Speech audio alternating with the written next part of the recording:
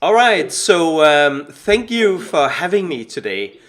My name is Lars Ling Willebæk.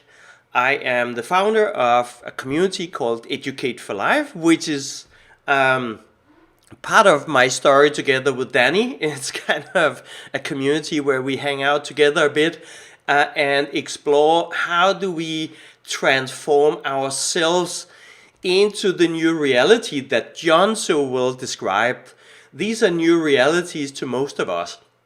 How do we as human beings adapt to these? So I think I'm going to take more of a human perspective to this change in my part today. But I will be delighted to join a technical conversation as well. I'm an electronics engineer by education. I'm a transformation coach by choice, and I'm Danish mainly by accident of birth. So there's a little bit of everything in my portfolio right there. And I've been working actually with, I would say, probably very simple forms of machine learning 20 years back, guys, on trains and in airports and other public places. So I spent many years being a nerd. So I love the nerdy questions. But when I became a dad, which is now 11 and 13 years back, my focus shifted a lot to the human impact of our lives. How do we actually build a life for ourselves where we can thrive, where we understand how we all belong in society, how we create meaningful connections to each other. And we have to do this in the middle of the madness of AI and lots of other technological revolutions that are happening literally right now. So I'm glad we had this amazing introduction to AI by John, and how, for example, Cooper had this positive outcome thanks to AI. I'm going to talk a bit about how do we navigate in this disruption that technology, but also many parts of our society is kind of throwing at us. Right? It's not easy to navigate in this landscape. So let me just talk a little bit about, first of all, Danny asked me to come today to talk a little bit about what I do and also about my view on the future of education. To me, it's the same thing. So I'll be kind of talking about both at the same time. And it's a topic I'm very excited about. My biggest challenge will be to stop talking. So feel free to give me hints when you need to leave the room, right? But it's actually going to be important in this conversation that you can see me, because I will be kind of surrounded a bit by content as I'm talking. So there will not be a screen share, but you will be looking at a little bit of content, which is exactly where I'm sitting right now. So you may want to just look at this part. So excellent. So the way I'm doing, the way I'm playing a role in the future of education and in helping humans understand how to navigate in these disruptive times, is by hosting a virtual community of practice. That's the technical term. You can look it up. It's well researched, and it's called Educate for Life, because I think we need lifelong paradigms, not only for how we educate and self-educate, but also how we continuously reinvent ourselves and find meaning in our life. It's a lifelong paradigm. It should not be broken down into silos of years. Some years where we need to go to school, some years where we work, then we retire, and then we die, right? Essentially. So we are going to see a lot of disruptive milestones in life where we need to rethink our life and what we are going to do next. I can see, I think, I don't know if the text is mirrored here, but it's not so important what the screen says. Thank you, John. So what we do together in this virtual community is truly global. We are co-creating humanized, personalized, and empowering paradigms for every human, any age. It's not just for school children, or it's not just for professionals that need a professional upgrade. It's for you, for life, okay?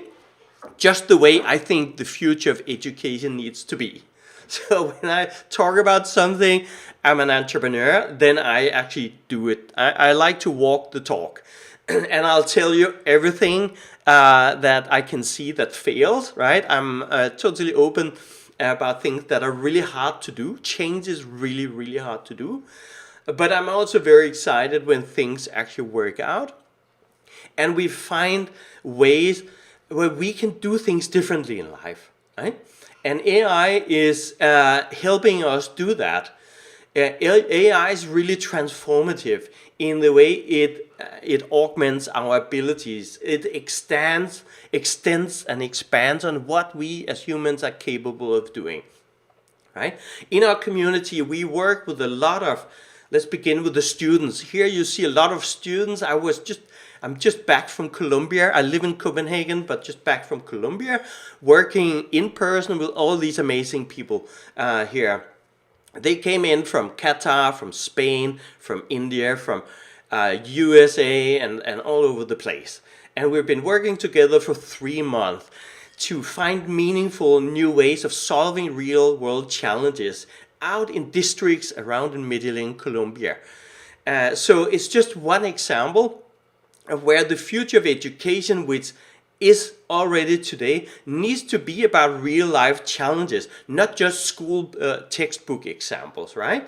So let's immerse ourselves in realities. It's very motivating.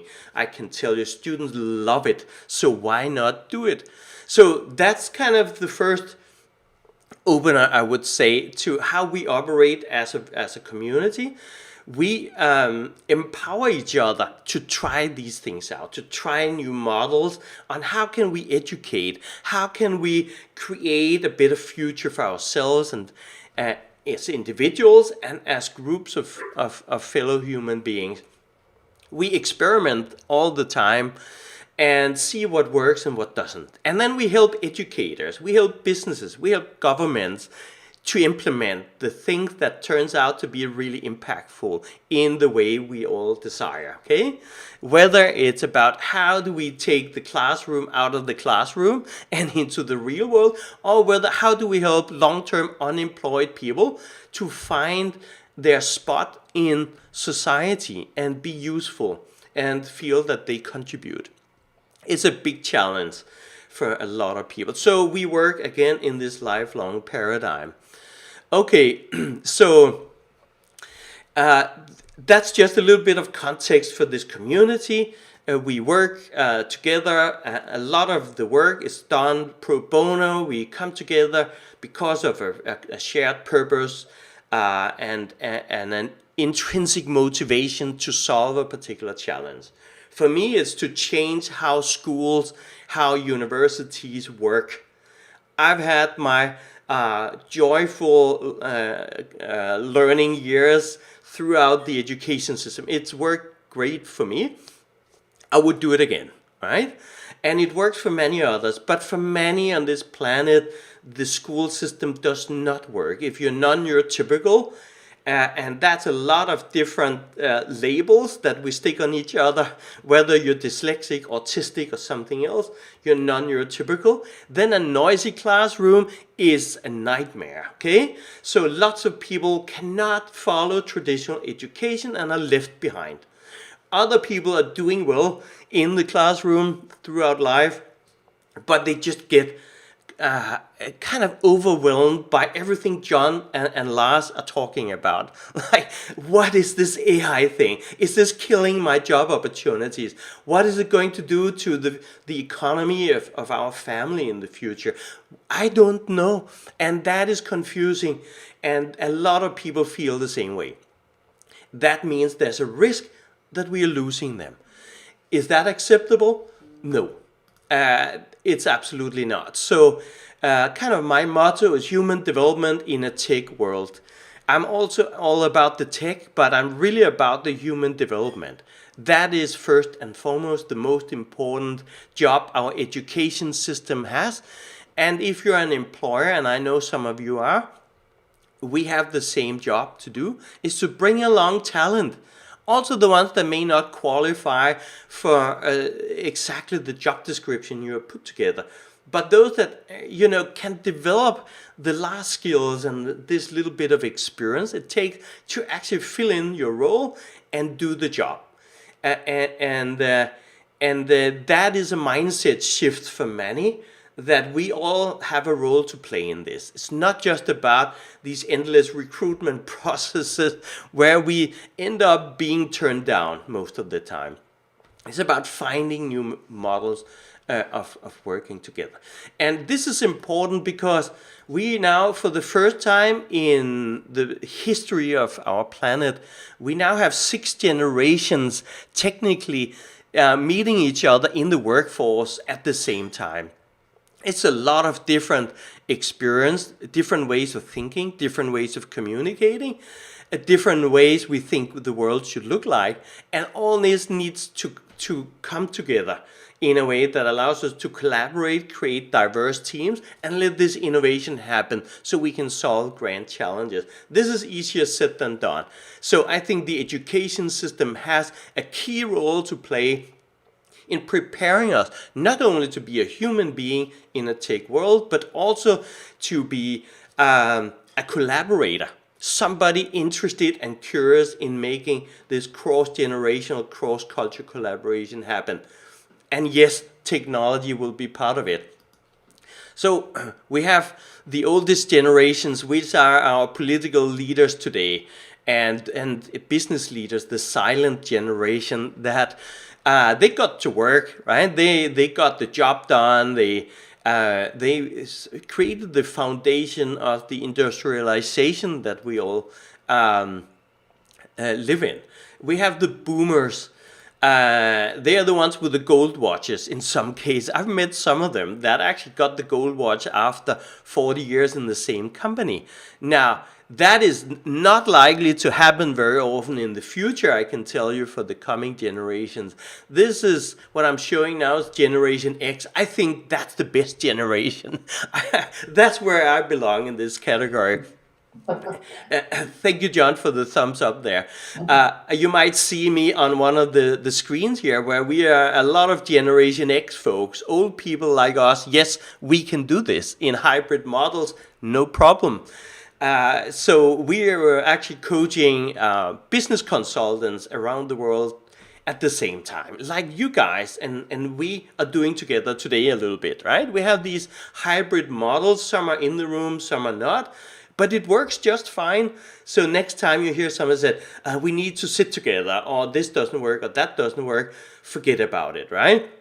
Make it work. That's our job. And that attitude, I think, might also be the role of our education system, but certainly, of course, of our parents to make us look at the world this way, that we are empowered to change things. We have the millennials, and we have the Zoomer generation, right? The Zoomer generation were actually the first ever to do several years of their education totally remote because of COVID, right? Now they're graduates, they're highly sought after in the job market.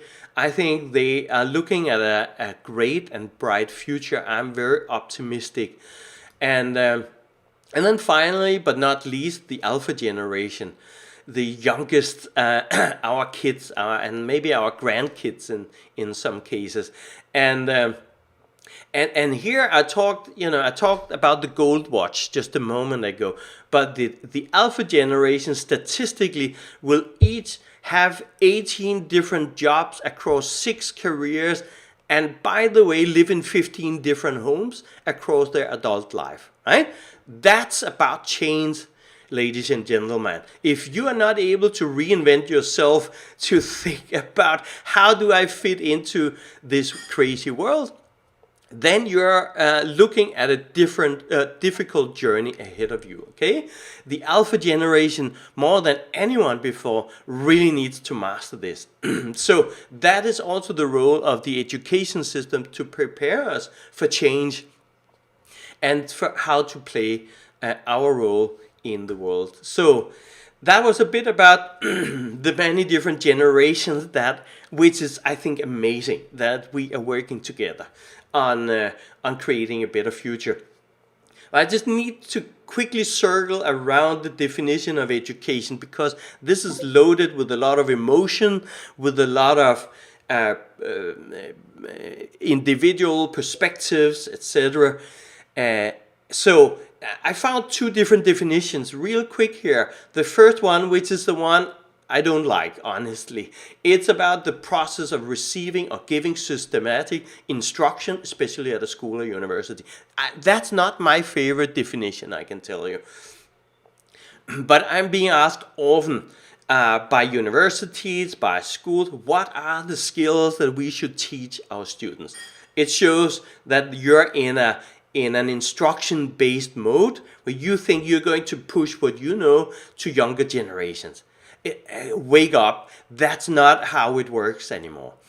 It's the other way around. We need now to listen and learn from each other together, right? So I like the second definition better, which is an enlightening experience. Wow, that ticks all my boxes here. One example is Petrus is a good workman. It's an education to watch him, right? Now we are talking in this world where there's so much new things to discover and to learn. We need to learn from each other. I have a lot to learn about AI and other things from John, and we all have something to learn from each other. This is how we need to move forward in our future of education. So I wanted to touch on AI. Now, John gave us the amazing, and I couldn't have asked for a better layup and introduction of AI. And one of the questions that often comes up is the ethics of AI. How do we deal with that? And here I would say, well, wake up and read some of the recommendations and best practices that are out there. It's just we are not reading it, or we don't know it's there, or we are not acting. But actually UNESCO back in 2021 published the recommendations on the ethics of artificial intelligence. Now what this says, and if you're an educator, then this is for you. Member states should work with international organizations, educational institutions, and private and non-governmental entities to provide adequate AI literacy education to the public on all levels in all countries, in order to empower people and reduce the digital divide and digital access inequalities resulting from the wide adoption of AI systems. There are some pretty good recommendations in this report and many others, for example, from UNESCO. It's like, are we reading it? and I really think we should, if anything, we should stop to read these recommendations. I don't, by the way, think that the race to AI supremacy is going to stop or be paused. It's not happening. But there is a lot of ways where we can regulate the way we release AI into the public domain. If you build a new car, you cannot just put it on the road and sell it until it's safety tested. It's just not allowed, so it's not happening, okay? Same if you invent a new pill, you need to probably check it for side effects and for is it actually solving the problem it's designed to solve? Is it safe? You cannot sell it until you have proved that this is safe to bring out to the market. All these things are well regulated. It works. We can regulate as well how we bring AI to the market. The part about AI in the lab, the research part, I don't think is, we are not going to be able to regulate that, and there's no reason to think that we should stop that, by the way. So this is just my call to action for the educators and for the regulators. Look at these great recommendations. And by the way, I would like to see the hand of every educator that are effectively bringing AI literacy education into their classroom. So if not, what are we waiting for? We need to get started. I think it's common sense, but it's probably not happening very often. Okay, so I want to touch on the next thing that I think the future of education needs to take care of. I already touched on the human side of things. How can we be human beings in a tech world where things can seem pretty chaotic and changing overnight all the time? What's our role going to be? We need to learn to be a biological human being with all the limitations we have as human beings. Where do you go and learn that? I think this is really key. And here we can find a lot of skills and mindset development techniques that can help every human being. Now, we all have this limited ability to see what's happening in the world. There's only so much processing power, and we all wear these lenses. I wear some physical ones here just to see it all, but we all have our limitations of how much we can digest and how much we think is real or is going to happen. Now, how do we set these guardrails for ourselves? How do we sharpen our lens of what is important for us to learn? This is an important thing for the education system and for employers to embrace, adopt, and deploy when we are helping each other to be human beings in a tech world. And the boundaries, the distance we're able to see, I think is shrinking dramatically. We can no longer see what's going to happen 10 years out if we ever could. Today is like, what's going to happen tomorrow is the most commonly asked question I hear. But there's a certain area where we are in a good position in our own life to assess what is possible to make happen in my life, in my career, in my business, right? And what seems to be out of boundaries here, what seems to be out of reach. Now that out of reach, which is out here, is also possible, but maybe we need to ask for help. Maybe we need to try things we never tried before to expand this circle of possibility. So, and I think I'm going to skip on one part here. Time is really running, but I wanted to touch briefly here on how the Hubble telescope helped us to see parts of the universe that we are not able to see without it. That's also how technology is helping us in our lives to see and to do things we were not capable of doing before. I think generally that's a really good thing. Now, the Hubble telescope is over 30 years in operation now. There are dust clouds it's never been able to see through, right? What's on the other side of the dust cloud, we never knew. And then came the James Watt telescope. I think I had it just here. See, here you see the difference between the Hubble telescope could not see through these dust walls in the lower part of the picture. And then on the next picture, you see actually in the lower corners of the picture, now you can see through. We got better technology. That helped humanity tremendously to look through and further out in the universe in these directions. And we can do the same in so many other aspects of life. And we have 8 billion conscious human mind now that I would like to bring along on this journey. I would love to see everybody given the same possibilities, the same opportunities. And when we say AI is in the hands of everybody, it's true, right? It's possible. It's technically not yet a reality. Most of our population have not even heard about AI, and it's incredible, and believe it or not, but soon they will, right? Soon they will all be using AI. I want to do this. So this is a little exercise to show us that we perceive information differently. We all take sensory input, we all process it, and we all come to different conclusions.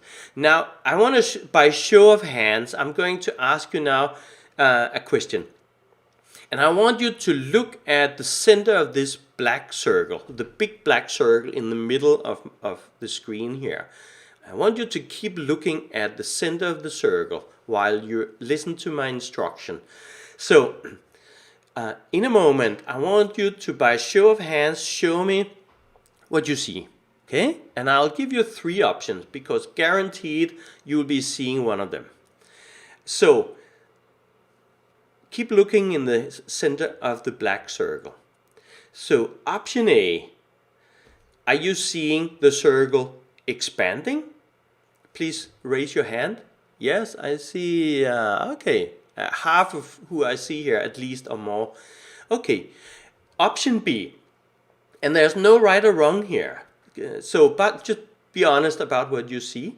Do you see the black circle shrinking? Anybody sees the black circle shrinking? No, no, I don't think so. No. And then the last option, by show of hands, do you see the circle is not changing at all? Okay, that's John, and a few more in the room. Okay, yes, and there's no right or wrong here. So thank you very much for participating. This is a piece of public research that's been going on for quite many years. It's studied really well, this effect, and we're all looking at the same image, and obviously nothing is changing in this image, right? So it's a sensory, there is an illusion, and we all process it differently, and we all come to different conclusions. Some think it's growing. I was doing this in an auditorium in Barcelona last summer with 2,000 people raising their hands. 30% saw the circle growing, about 30% shrinking, about 30% that it was not changing, and I think the rest ran for the restroom or for the bar outside. I don't know what happened to them. But it's just, there's no right or wrong. And when we realize we are biological creatures that perceive things differently, we need to take that into account, being human beings in a tech world. This is the amplification of biases that is also a big deal in the space of AI, and I'm sure John can talk to us on that another day.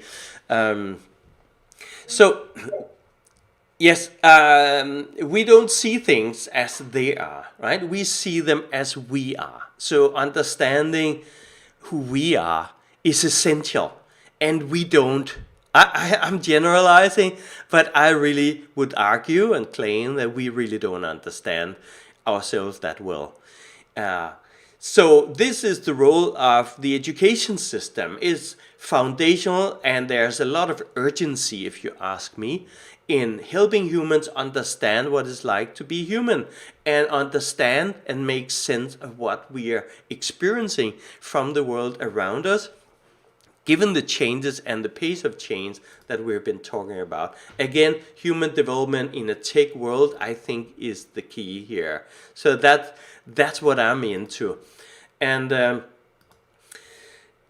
just the last point I want to make about the role of education and the education system in the future needs to be, give us the tools and techniques to make sense of what's happening, and to create and describe scenarios, because this way of scenario generation allows us to consider many different pathways forward.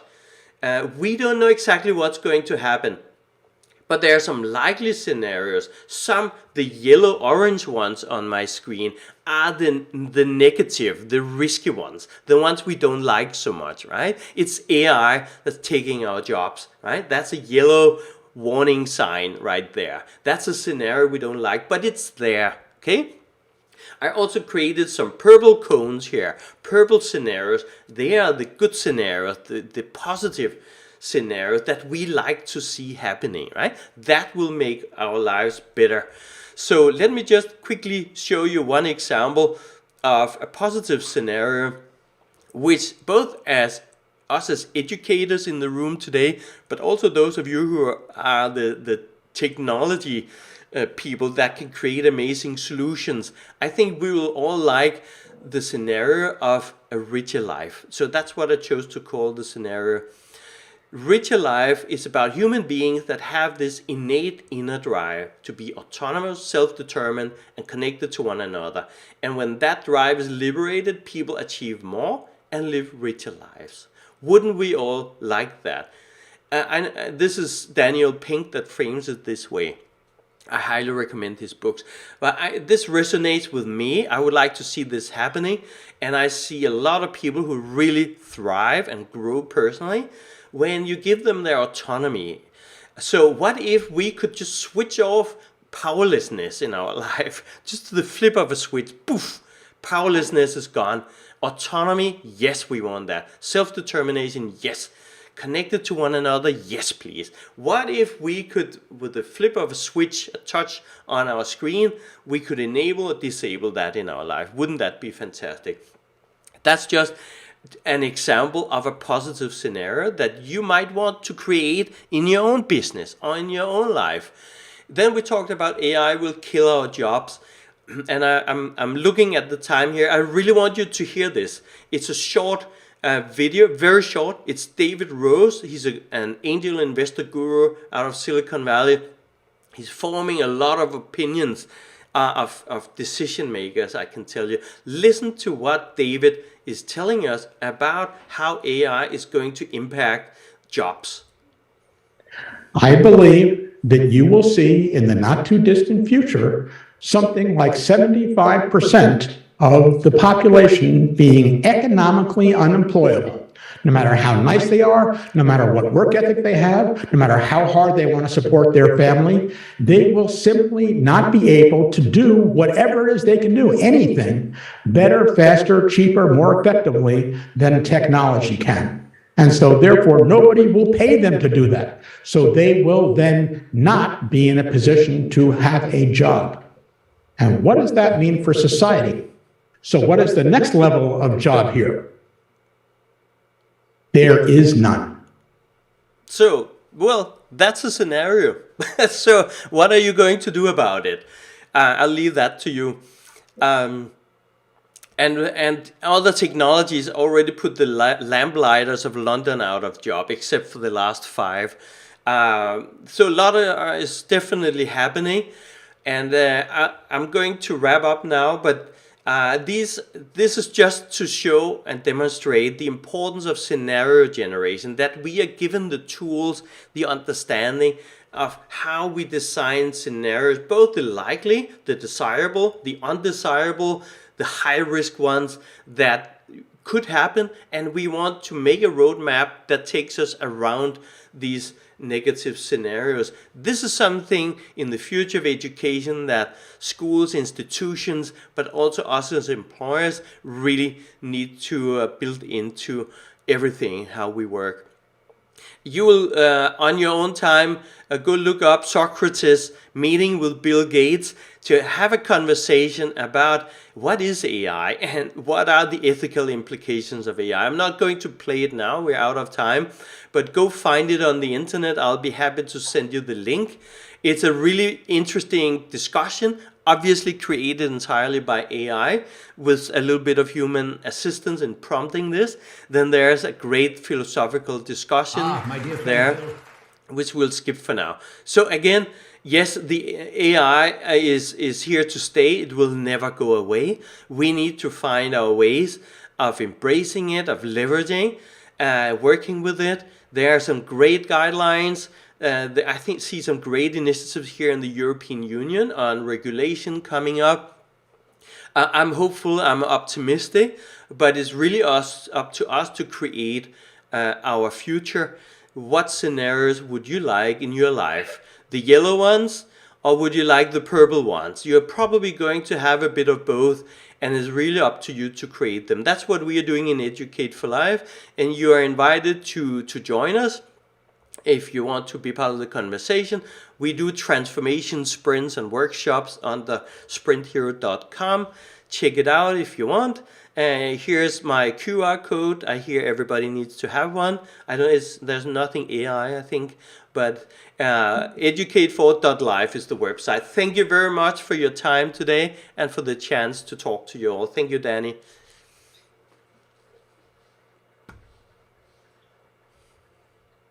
Thank you, Lars.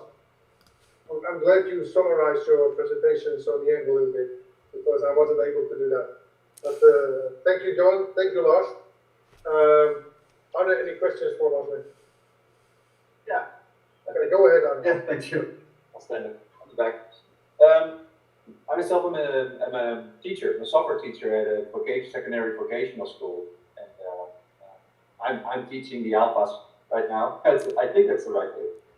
And they're totally saturated by GFGPT. Of course, there was a little worry that those kids would lean too much on it, but I see positive things happen. So they are starting to use the tools to be able to navigate the future you were talking about. So I'm very hopeful, very positive what's happening.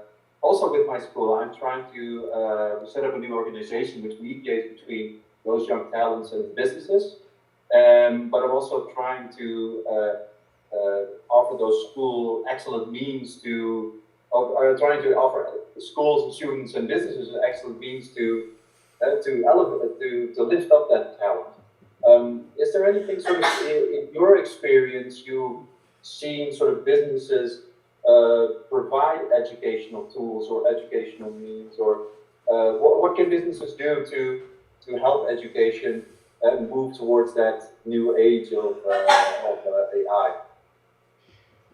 You'd like an idea about that? So, John, I want to offer you the opportunity to give it a step first if you want. Okay. No, then I'll just jump at it. Is a really, to me, it's a really interesting question, because I am in the space of helping educators to figure out how do we respond to these new opportunities, but also the uncertainty, and what does this mean for our children and their well-being? What does this mean?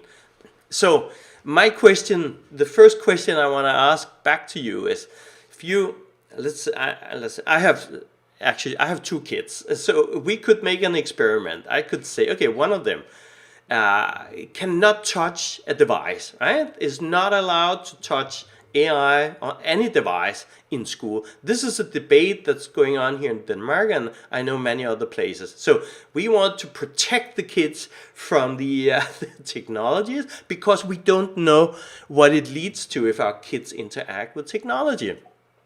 For good reasons, we are being protective. So that's scenario A. Scenario B is the other kid.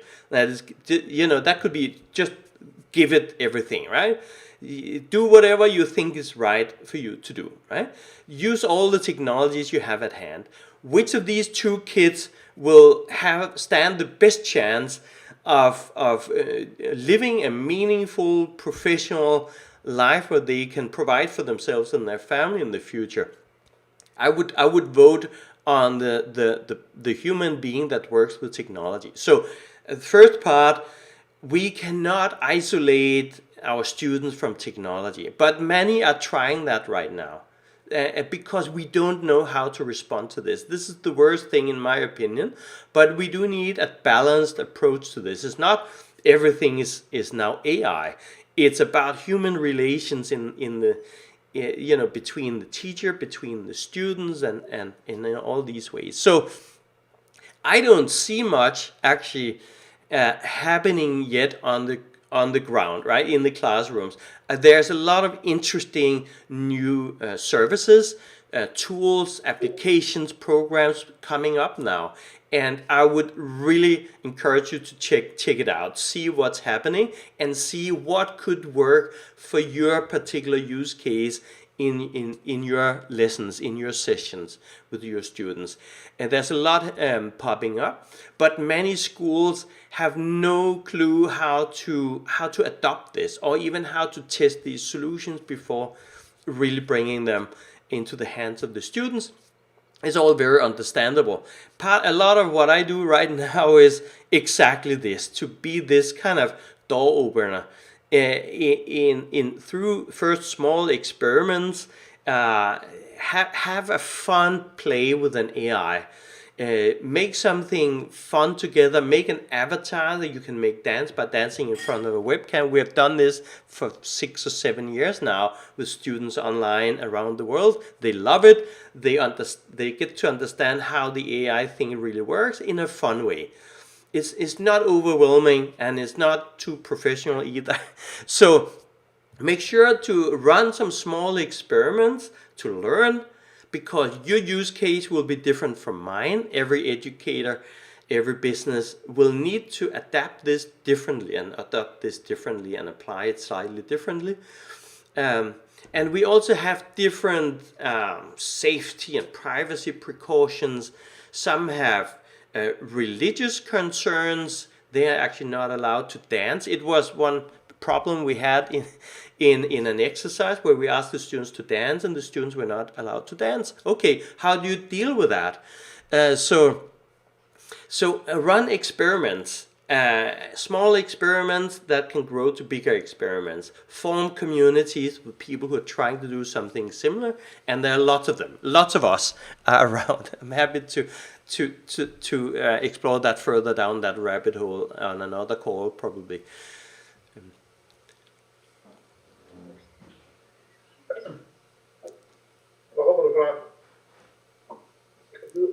Both John and and you, Lars Lynn, have given us so much food for thought that we ran out of questions. and I have to be honest, I think we need a beer. So I want to ask the guests today to give you a big applause, and thank you very much, Lars Lynn and John. And I will come back to you later this week or beginning of next week, and thank you again. Thank you very much. Thank you, all of you. You're welcome. Goodbye. Have a good day. Okay, thanks, sir. Bye-bye. Okay. Bye, everybody. Okay. Bye, Lars. Bye, John. Ik denk nog echt een beetje nodig. Ik kan nu nog.